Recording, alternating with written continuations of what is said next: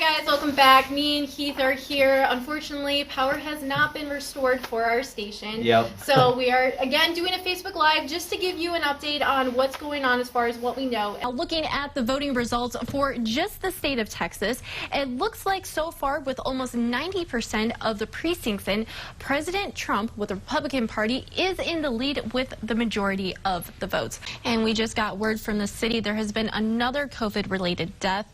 It was a man in his 70s from Tom Green County, and this brings our death toll to 303. Your birthday is coming up. Yeah. It's right around the corner. It is, I know. Are you doing anything exciting? Yeah, so my sister's actually going to be flying into Austin. She's never been to Texas before, so we're going to go spend a couple days out in Austin, so we're excited about that. Like I said, worry about being blown away. I know San Angelo, even though I'm from the Windy City, sometimes I feel like San Angelo is even windier, but now, let's take a look at the cloud coverage for our area. Good morning, I'm Kristen Strakalaitis with your morning updates. A man is waking up behind bars this morning in connection to a drug bust from earlier this week. San Angelo police say on Tuesday they arrested a Whitney Harden after finding a variety of narcotics at a residence located at the 1200 block of Gregory Drive. He is now being charged with multiple manufacturer delivery controlled substance penalty charges. There are 540 active COVID cases in our area. The city announced 9 new cases on Thursday. This brings the total for local people who tested positive for the virus to close to 16,400. There are 17 people currently hospitalized and 301 COVID-related deaths. Vaccination processes are expected to speed up once the Johnson & Johnson vaccine arrives to our area.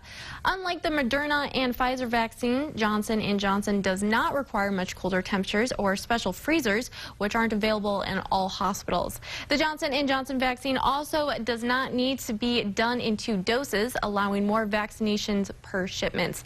Local health authority Dr. James Redis has high hopes for the new vaccine and expects it to be here by next week. For the past year, the pandemic has brought hardship on many people's jobs in some way, shape, or form.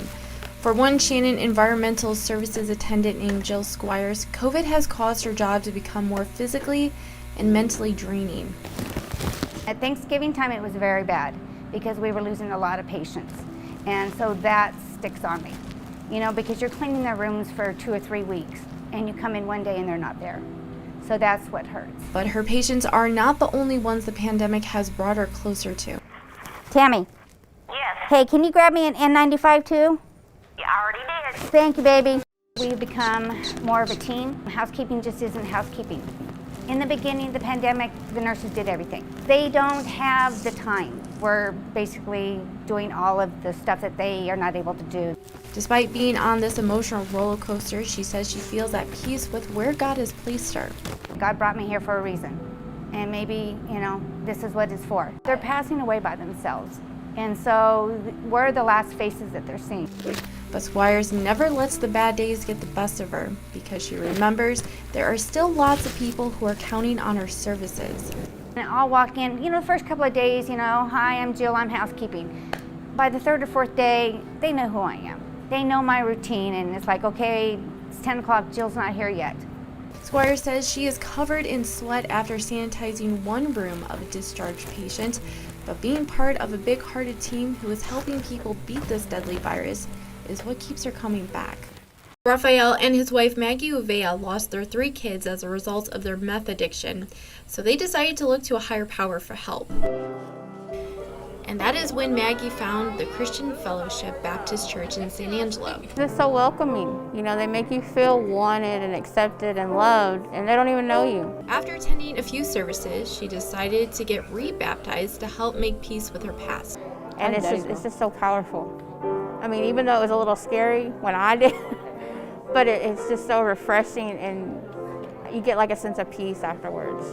Even though Raphael doesn't attend church, he considers himself a spiritual person and found a group to help support him in his walk with God.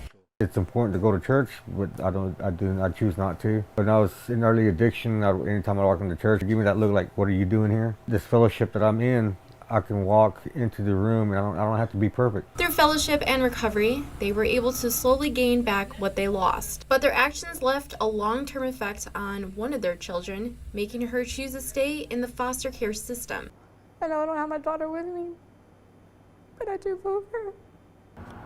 But the loss of their daughter helps motivate them to help mothers and others recover at the Drug and Alcohol Abuse Council Center. I see some of the girls come in here with, CPS cases, and I'm just like, and sometimes they don't want to work the program, to help them, and I'm like, you're not gonna do it for yourself, do it for your kids.